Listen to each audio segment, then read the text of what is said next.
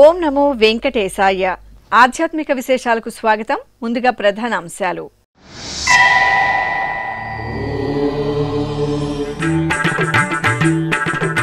పులి వాహనంపై భద్రకాళి వీరభద్రుల విహారం, నారాయణవనంలో బ్రహ్మోత్సవ వైభవం.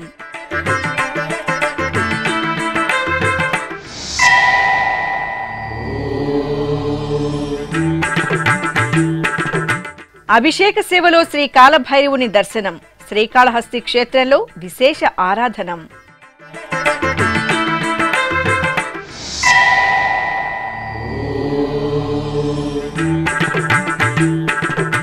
భక్తులకు అందుబాటులో నవంబర్ నెల టికెట్ల కోట. ఈ నెల 19 నుండి 24వ తేదీ వరకు విడతల వారీగా విడుదల.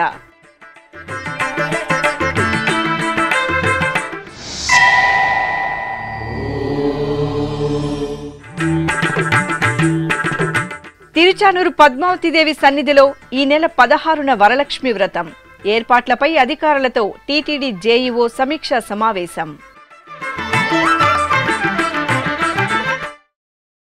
శ్రీ వీరభద్రుని పులివాహన సేవతో నారాయణవనం మహాదేవుని మంగళకర నామస్మరణలతో మారుమ్రోగింది. అనుగ్రహ ప్రదాత ఆదిదేవుడు భద్రకాళీదేవి సమేతుడై శ్రీ వీరభద్రుడిగా అనుగ్రహిస్తున్న పుణ్యధామం నారాయణవనంలోని శ్రీ వీరభద్రస్వామి ఆలయం. తిరుపతి జిల్లాలో తిరుమల తిరుపతి దేవస్థానానికి అనుబంధంగా ఉన్న ఈ ఆలయంలో ఈ నెల 9వ తేదీ నుండి 18వ తేదీ వరకు వార్షిక బ్రహ్మోత్సవాలు శోభాయమానంగా జరుగుతున్నాయి. ఇందులో భాగంగా స్వామి అమ్మవార్లకు పులివాహన సేవ ఘనంగా జరిగింది. భద్రకాళి సమేత శ్రీ వీరభద్ర స్వామివారి ఉత్సవమూర్తులను సర్వాభరణ భూషితంగా అలంకరించి పులివాహనంపై కొలువు తీర్చారు. ప్రత్యేక పూజలతో హారతులు సమర్పించిన అనంతరం మేళతాళాలు, కళా ప్రదర్శనలు, భక్తుల జయ జయ ధ్వనుల నడుమ ఆలయ వీధుల్లో స్వామి అమ్మవార్ల వాహన సేవ అత్యంత కోలాహలంగా జరిగింది.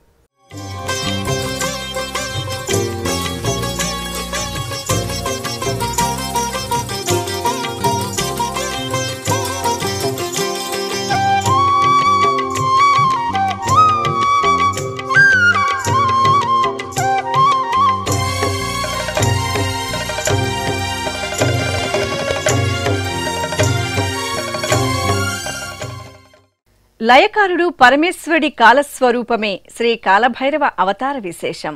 మహోగ్రమూర్తిగా అభివర్ణించే కాలభైరవుని ఆరాధనతో సర్వగ్రహ దుష్టపీడ నివారణ జరుగుతుందని ఐతిహ్యం.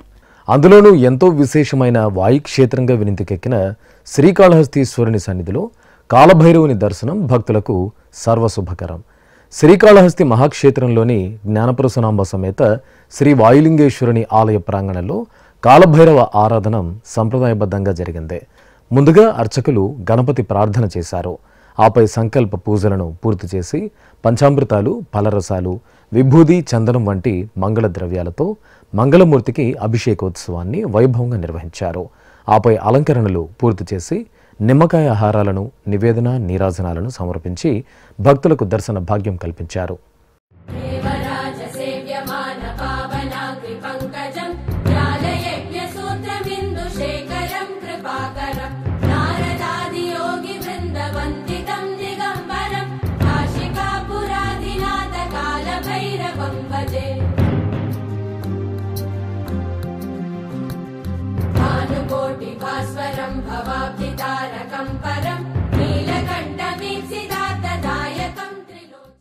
నవంబర్ నెలకు సంబంధించిన తిరుమల శ్రీవారి ఆర్జిత సేవలు, దర్శనాలు, వసతి ఆన్లైన్ కోటాను తిరుమల తిరుపతి దేవస్థానం విడుదల చేయనుంది. ఈ నెల 19వ తేదీ నుండి 24వ తేదీ వరకు విడతల వారీగా భక్తులకు ఆన్లైన్లో ఈ టికెట్లు అందుబాటులోకి రానున్నాయి. ఆ వివరాలు శ్రీవారి భక్తుల కోసం. అఖిలాండకోటి బ్రహ్మాండ నాయకుడు కలియుగ దైవం శ్రీ వెంకటేశ్వర స్వామివారిని ఎప్పుడెప్పుడు క్షణకాల దర్శనం చేసుకుందామని భక్తులు ఎంతో ఆసక్తిని ప్రదర్శిస్తారు. భక్తుల మనోభావాలకు అనుగుణంగా తిరుమల తిరుపతి దేవస్థానం దర్శన విధి విధానాలను ప్రణాళికాబద్ధంగా నిర్వహిస్తోంది. ఈ నేపథ్యంలో ఈ ఏడాది నవంబర్ నెలకు సంబంధించిన ఆర్జిత సేవలు, దర్శనాలు, వసతి, శ్రీవారి సేవల కోటాను టీటీడీ విడుదల చేయనుంది. ఇందులో భాగంగా ఆగస్టు నెల 19వ తేదీ నుండి 21వ తేదీ ఉదయం 10 గంటల వరకు ఎలక్ట్రానిక్ లక్కీ డిప్ ద్వారా ఆర్జిత సేవల కోసం తమ పేర్లను నమోదు చేసుకోవాల్సి ఉంటుంది. ఈ టికెట్లు పొందిన వారు ఆగస్టు 21వ తేదీ నుండి ఆగస్టు 23వ తేదీ మధ్యాహ్నం 12 గంటలలోగా నగదు చెల్లించి ఆర్జిత సేవా టికెట్లను పొందవచ్చు. ఎలక్ట్రానిక్ డిప్ విధానం ద్వారా ఆర్జిత సేవలు పొందిన భక్తులు ఆగస్టు 21వ తేదీ నుండి 23వ తేదీ మధ్యాహ్నం 12 గంటలలోగా నగదు చెల్లించాలి. ఆగస్టు 22వ తేదీ ఉదయం 10 గంటలకు కళ్యాణోత్సవం, ఊంజల సేవ, ఆర్జిత బ్రహ్మోత్సవం, సహస్ర దీపాలంకరణ సేవ టికెట్ల కోటాను విడుదల చేస్తారు. అలాగే ఆగస్టు 22వ తేదీ ఉదయం 10 గంటలకు నవంబర్ 9వ తేదీ తిరుమల శ్రీవారికి జరిగే పుష్పయాగ మహోత్సవం టికెట్లు ఆన్లైన్లో అందుబాటులో ఉంటాయి. అలాగే ఆగస్టు 22వ తేదీ మధ్యాహ్నం 3 గంటలకు ఆన్లైన్ వర్చువల్ సేవలు వాటి దర్శనాల స్లాట్లకు సంబంధించిన కోటాను విడుదల చేస్తారు. ఆగస్టు 23వ తేదీ ఉదయం 10 గంటలకు అంగప్రదక్షిణ టికెట్ల కోట అందుబాటులో ఉంటుంది. ఆగస్టు 23వ తేదీ ఉదయం 11 గంటలకు శ్రీవాణి ట్రస్ట్ బ్రేక్ దర్శనం, వసతికి సంబంధించిన కోట అందుబాటులో ఉంటాయి. ఇక ఆగస్టు 23వ తేదీ మధ్యాహ్నం 3 గంటల నుండి వయోవృద్ధులు, దివ్యాంగులు, దీర్ఘకాలిక వ్యాధులు ఉన్నవారికి ఉచిత దర్శనం టికెట్ల కోట ఆన్లైన్లో అందుబాటులో ఉంటాయి. ఆగస్టు 24వ తేదీ ఉదయం 10 గంటలకు 300 రూపాయల ప్రత్యేక ప్రవేశ దర్శనం టికెట్ల కోట విడుదల చేస్తారు. అదేవిధంగా ఆగస్టు 24వ తేదీ మధ్యాహ్నం 3 గంటలకు తిరుమల, తిరుపతికి సంబంధించిన వసతి గదుల కోటాను ఆన్లైన్లో విడుదల చేస్తారు. నవంబర్ నెలకు సంబంధించి ఆగస్టు 19 నుండి 24వ తేదీ వరకు విడుదల చేయనున్న ఆర్జిత సేవలు, దర్శనాలు, వసతి, శ్రీవారి సేవలకు సంబంధించిన కోటాను భక్తులు పొంది శ్రీవారి అనుగ్రహానికి పాత్రులు కావాలని తిరుమల తిరుపతి దేవస్థానం విజ్ఞప్తి చేస్తోంది. తిరుచానూరులోని శ్రీ పద్మావతి అమ్మవారి ఆలయంలో ఆగస్టు 16వ తేదీ శ్రీ వరలక్ష్మి వ్రతాన్ని ఘనంగా నిర్వహించనున్నారు. ఈ సందర్భంగా అమ్మవారి ఆలయంలో ఏర్పాట్లన్నీ పూర్తయ్యాయని టీటీడీ జేఈఓ వి వీరబ్రహ్మం తెలిపారు. తిరుచానూరు శ్రీ పద్మావతి దేవి ఆలయంలోని ఆస్థాన మండపంలో మంగళవారం ఆయన వరలక్ష్మి వ్రత ఏర్పాట్లపై అధికారులతో సమీక్ష నిర్వహించారు. ఈ సందర్భంగా ఆయన మాట్లాడుతూ అన్ని విభాగాల సమన్వయంతో భక్తులకు ఎలాంటి అసౌకర్యం కలగకుండా ఏర్పాట్లు చేయాలని ఆదేశించారు. ఇందుకోసం రంగురంగుల విద్యుత్ దీపాలు, వివిధ రకాల పుష్పాలతో ఆస్థాన మండపాన్ని సర్వాంగ సుందరంగా ముస్తాబు చేయాలన్నారు. ఉత్సవ శోభ ఉట్టిపడేలా ఆస్థాన మండపం, ఆలయ పరిసరాల్లో శోభాయమానంగా రంగవల్లులు తీర్చిదిద్దాలన్నారు. అమ్మవారి దర్శనానికి విశేషంగా భక్తులు విచ్చేసే అవకాశం ఉండటంతో ప్రత్యేక క్యూ లైన్లు ఏర్పాటు చేయాలన్నారు. ఆగస్టు 16వ తేదీ తిరుచానూరు క్షేత్రంలో టీటీడీ నిర్వహించనున్న శ్రీ వరలక్ష్మి వ్రతాన్ని శ్రీ వెంకటేశ్వర భక్తి ఛానల్ ప్రత్యక్ష ప్రసారం చేస్తుందని జేఈఓ వి వీరబ్రహ్మం వెల్లడించారు. ఉదయం 10 గంటల నుండి 12 గంటల వరకు వరలక్ష్మి వ్రతం నిర్వహిస్తామని, అనంతరం సాయంత్రం అమ్మవారికి స్వర్ణ రథోత్సవం జరుగుతుందని వివరించారు. ఈ సమావేశంలో ఆలయ డిప్యూటీఓ గోవిందరాజన్, ఏఈఓ రమేష్, సూపరింటెండెంట్ శ్రీవాణి తదితరులు పాల్గొన్నారు. పద్మావతి మనకు 16వ తేదీన జరిగే శ్రీ వరలక్ష్మి మహావ్రతానికి సంబంధించి పద్మావతి అమ్మవారి దగ్గర జరిగే ఈ యొక్క మహోత్సవానికి సంబంధించి అన్ని ఏర్పాట్లు చేయడం జరిగింది. ఈరోజు ఆల్ డిపార్ట్మెంట్స్తో కోఆర్డినేషన్ చేసుకోవడం జరిగింది. మన యొక్క హిందూ సాంప్రదాయం ప్రకారం ఎస్పెషలీ పద్మావతి అమ్మవారి ఈ యొక్క ప్లేస్లో చాలా ప్రాశస్త్యం ఉంది. సో ఈ యొక్క వరలక్ష్మి వ్రతం సందర్భంగా మొత్తం ఈ యొక్క అమ్మవారి తరఫున అందరికీ కూడా ఆశీస్సులు ఉండాలనేసి టీటీడీ తరఫున అన్ని ఏర్పాటు చేయడం జరుగుతుంది.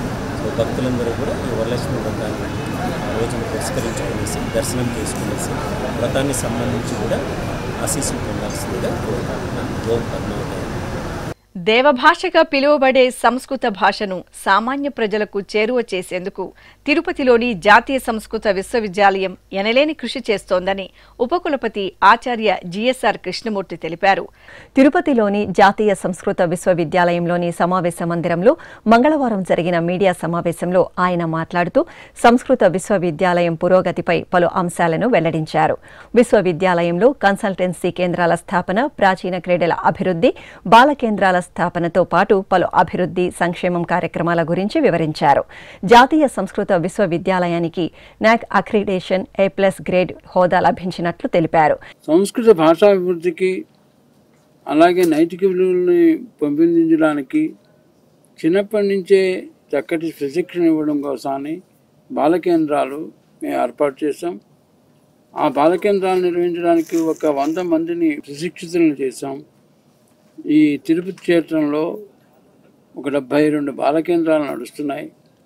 ఇంతే కాకుండా మన భారతీయ సంస్కృతి తిరుమల తిరుపతి దేవస్థానాల లక్ష్యాలను పూర్తి చేయడానికి కోసమని విశేషంగా ఆగమ విషయంలో ఉండేటువంటి సందేహాలను నివృత్తి చేయడానికి ఒక పరామర్శ కేంద్రం, అలాగే మనకి అందరికీ ఉపయోగించేటువంటి ఈ అర్చన పౌరోహిత్యం ఈ కార్యక్రమాల్లో చక్కటి తర్ఫీదునివ్వడానికి ఎవరికైనా సందేహాలు దూరం చేయడం కోసమని చేస్తుండేటువంటి కర్మకాండ పరామర్శ కేంద్రం, అలాగే వాస్తు జ్యోతిషం వీటిలో ఉండేటువంటి ముహూర్త నిర్ణయం వగైరాలన్నింటినీ కూడా నిర్ణయించడం, ఏకాదశి నిర్ణయం, పర్వ నిర్ణయం వీటిల్లో కూడా తర్ఫీదునిచ్చి అందరికీ కూడా తీర్థలం చేయడానికి జ్యోతిష వాస్తు పరామర్శ కేంద్రాలు. ఇంతేకాకుండా ఒక షుగర్ ఇత్యాది ఇటువంటి అనారోగ్యాలను దూరం చేయడం కోసమని యోగాసనాలకు చేయడం కోసమని యోగ పరామర్శ కేంద్రం వీటన్నిటిని కూడా మేము మా ఇక్కడ నైమిషన్ దగ్గర ఈ ప్రాచీన పరంపరని గుర్తు చేస్తూ చక్కటి చెట్ల కిందే కూర్చుని ఈ ఏర్పాటు చేసి ఉన్నాం. విశ్వవిద్యాలయం లక్ష్యాలను పూర్తి చేయడానికి తిరుపతి నగరాన్ని సంస్కృత హబ్గా చేద్దామని మేము చేసిన ప్రయత్నాలను గౌరవనీయులైనటువంటి ప్రధానమంత్రి గారు కూడా మన్ కీ బాత్లో చెప్పారు. ఆ మన్ కీ బాత్లో చెప్పడం చేతనే ఎట్ హోమ్కి మన విశ్వవిద్యాలయం వారిని పిలిచారని నేను అనుకుంటున్నాను. ఈ అవకాశం వచ్చినందుకు నేను ఎంతో చాలా ఆనందిస్తున్నాను. రాష్ట్రపతి గారి మార్గదర్శనంలో మా విశ్వవిద్యాలయం హితోభివృద్ధిగా ఇంకా ముందుకు వెళుతుంది అని ఆశిస్తూ ఈ అవకాశం వచ్చినందుకు ఆనందిస్తూ, ఇది నాదే కాదు మా ఉపాధ్యాయులందరినీ కూడా ఓం నమో వెంకటేశ్వర. ఈ సమావేశంలో విశ్వవిద్యాలయ registrar professor R J Ramasri, academic dean professor Rajinikanth Shukla, professor B Vishnu Bhattacharyulu తదితరులు పాల్గొన్నారు. తిరుపతిలోని టీటీడీ స్విమ్స్ ఆసుపత్రిలో మంగళవారం ప్రపంచ అవయవదాన దినోత్సవం జరిగింది. ఈ సందర్భంగా శ్రీ పద్మావతి మహిళా వైద్య కళాశాలలో అవయవ మార్పిడి విధి విధానాలపై సదస్సును నిర్వహించారు. ఈ కార్యక్రమానికి ముఖ్య అతిథిగా SVIMS director doctor R V Kumar పాల్గొని జ్యోతి ప్రజ్వలన చేశారు. అనంతరం cardio thoracic, gastroenterology, nephrology, urology, medical oncology, anaesthesiology, emergency medicine విభాగాల ఆధ్వర్యంలో పలువురు వైద్యులు పవర్ పాయింట్ ప్రజెంటేషన్ ద్వారా అవయవ మార్పిడి విధి విధానాలను వివరించారు.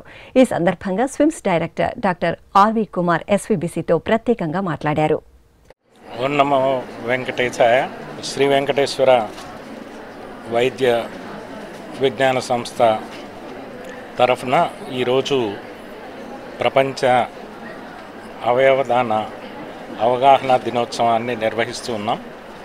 ఈ సందర్భంగా ఇక్కడ మన దగ్గర ఉన్నటువంటి డాక్టర్లకి, నర్సులకి, టెక్నీషియన్లకి అందరికీ కలిపి ట్రాన్స్ప్లాంటేషన్కి సంబంధించినటువంటి విజ్ఞానాన్ని అందరినీ కూడా వాళ్ళకు అందజేస్తూ ఉన్నాం.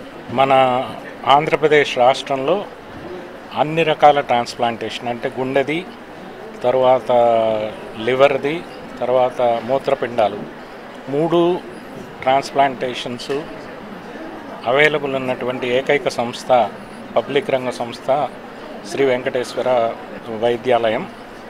అందువల్ల ఈ విషయము మన ఆంధ్రప్రదేశ్లోని అన్ని జిల్లాల ప్రజలకు కూడా విస్తృతంగా ప్రచారం కావాల్సినటువంటి అవసరం ఎంతో ఉంది. ఇప్పుడొక చిన్న విరామం. వేగవంతమైన నేటి ఆధునిక కాలానికి తగ్గట్టుగా అంతర్జాలంలో తొలిసారిగా తిరుమల శ్రీవారి అనుగ్రహంతో మీ వీణుల విందుకై ఆధ్యాత్మిక ఆనందానికై వస్తున్న శ్రీవారి మరో శ్రవణ భక్తి తరంగం ఎస్వీబీసీ ఆన్లైన్ రేడియో వినరో భాగ్యము. వినరో భాగ్యము విష్ణు కథ. వినండి, విని తరించండి. కేవలం మీ అరచేతిలో నిరంతరం ఉండే మీ మొబైల్ ఫోన్లో ఎస్వీబీసీ ఆన్లైన్ రేడియో ప్రసారాలు.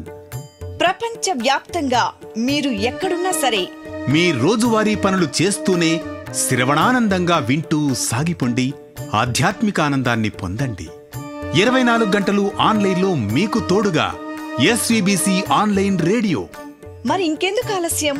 వెంటనే మీ మొబైల్లో ఎస్వీబీసీ యాప్ డౌన్లోడ్ చేసుకోండి. ఎస్వీబీసీ ఆన్లైన్ రేడియోను ఆలకించండి, ఆస్వాదించండి, తిరుమల శ్రీవారి అనుగ్రహాన్ని పొందండి. ఓం నమో వెంకటేశాయ. ఆధ్యాత్మిక విశేషాలకు తిరిగి స్వాగతం. కడప నగరంలోని మహాశక్తి ఆలయం శ్రీ విజయదుర్గాదేవి సన్నిధి ఉత్సవ కాంతుల్లో శోభిల్లింది. శ్రావణ మాస పూజల్లో భాగంగా అమ్మవారి ఆలయంలో శాంతి కళ్యాణం ఘనంగా జరిగింది. ముందుగా శ్రీ విజయదుర్గాదేవి దివ్యమంగళమూర్తిని ప్రత్యేక అలంకరణలతో కొలువు తీర్చి నిత్య పూజాధికాలు పూర్తి చేశారు. ఆపై ఆలయ ప్రాంగణంలో విజయదుర్గా సమేత శ్రీ మల్లికార్జున స్వామివార్ల ఉత్సవమూర్తులను కళ్యాణపీఠంపై ఆసీనులను చేసిన అర్చకులు గణపతి ఆరాధన, పుణ్యాహవచనం, కంకణధారణ, కలసారాధన, యజ్ఞోపవీతం, కన్యాదానం, మాంగళ్య పూజ, మాంగళ్య ధారణలతో సంప్రదాయబద్ధంగా కళ్యాణం నిర్వహించారు. ఆది దంపతుల శాంతి కళ్యాణోత్సవాన్ని భక్తులు తిలకించి తీర్థ ప్రసాదాలు స్వీకరించారు.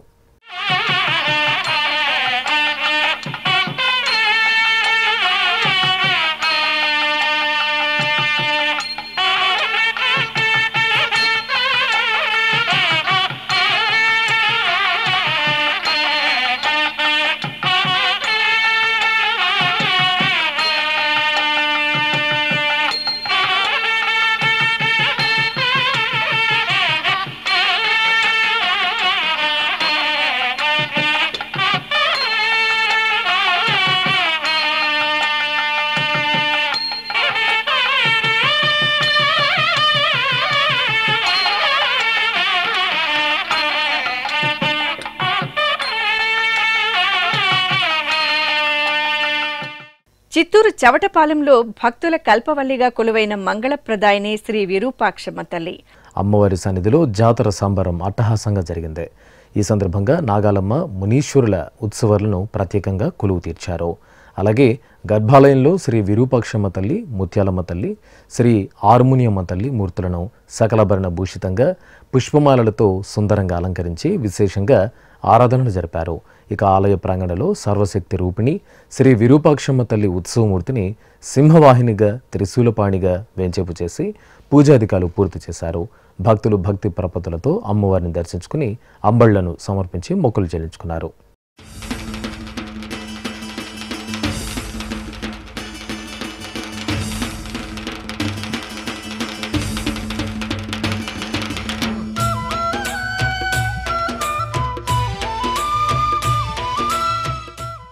సింహపురి వాసుల ఇలవేల్పు నెల్లూరులోని తల్పగిరి శ్రీ రంగనాథ స్వామివారి ఆలయంలో వార్షిక పవిత్రోత్సవాలు మంగళకరంగా ప్రారంభమయ్యాయి.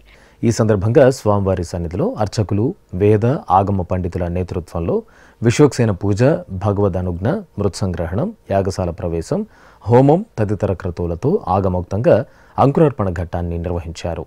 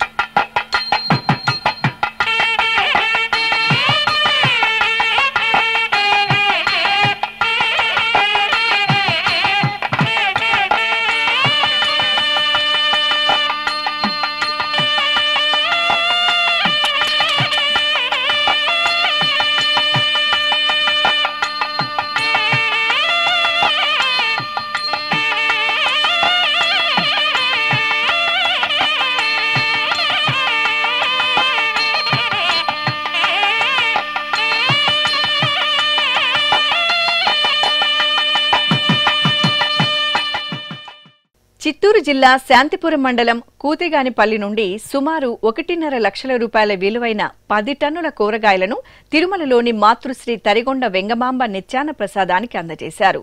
ఈ ప్రాంతానికి చెందిన ప్రవాస భారతీయులు పగడాల సురేష్ కుటుంబం తరపున వారి మిత్ర బృందం ఈ కూరగాయలను వాహనంలో ఉంచి ప్రత్యేక పూజలు నిర్వహించి తిరుమలకు పంపారు.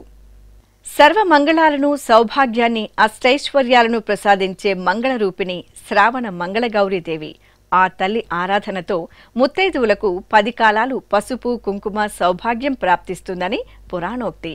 ఈ సందర్భంగా అనంతపురంలోని శ్రీ రేణుకా ఎల్లమ్మ ఆలయంలో శ్రావణ మంగళగౌరి వ్రత పూజ శాస్త్రోక్తంగా జరిగింది.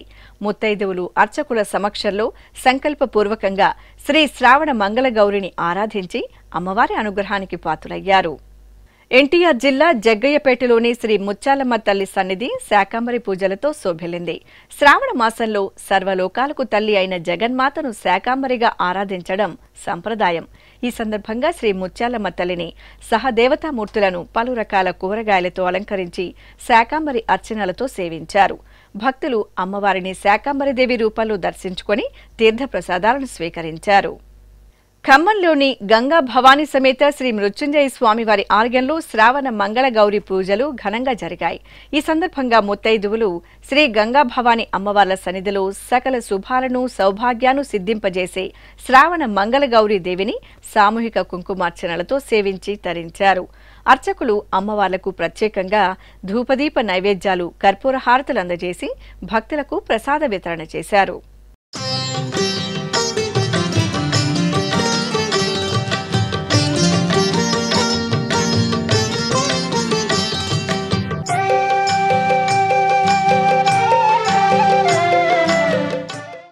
అన్నమయ్య జిల్లా నందలూరు మండలం అరవపల్లి గ్రామంలో కొలువైన శ్రీ ముత్తు మారెమ్మ తల్లి ఆలయంలో అమ్మవారి జాతర ఘనంగా ముగిసింది. ఈ సందర్భంగా అమ్మవారికి పాలపూజ కార్యక్రమం వైభవంగా జరిగింది. అమ్మవారి దివ్యమూర్తిని వర్ణమయ పుష్పాలు, బంగారు ఆభరణాలతో దేదీప్యమానంగా అలంకరించి కొలువు తీర్చారు. భక్తులు అధిక సంఖ్యలో ఆలయానికి తరలివచ్చి శ్రీ ముత్తు మారెమ్మ తల్లి పాలపూజలో పాల్గొని మొక్కులు చెల్లించుకున్నారు.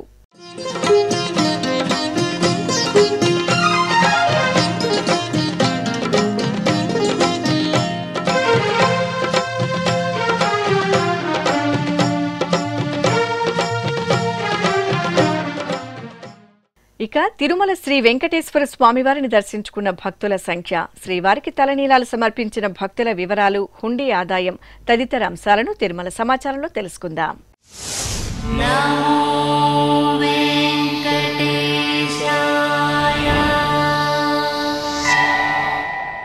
తిరుమల శ్రీ వెంకటేశ్వర స్వామివారిని మంగళవారం 73,246 మంది భక్తులు దర్శించుకున్నారు. 28,133 మంది భక్తులు తలనీలాల మొక్కును చెల్లించుకున్నారు. ఇక శ్రీవారి హుండీ ఆదాయం 4,35 లక్షల రూపాయలు. ఆధ్యాత్మిక విశేషాలు ఇంతటితో సమాప్తం. తిరిగి రాత్రి 10 గంటలకు ప్రసారమయ్యే ఆధ్యాత్మిక విశేషాల్లో మళ్ళీ కలుసుకుందాం. ఓం నమో వెంకటేశాయ.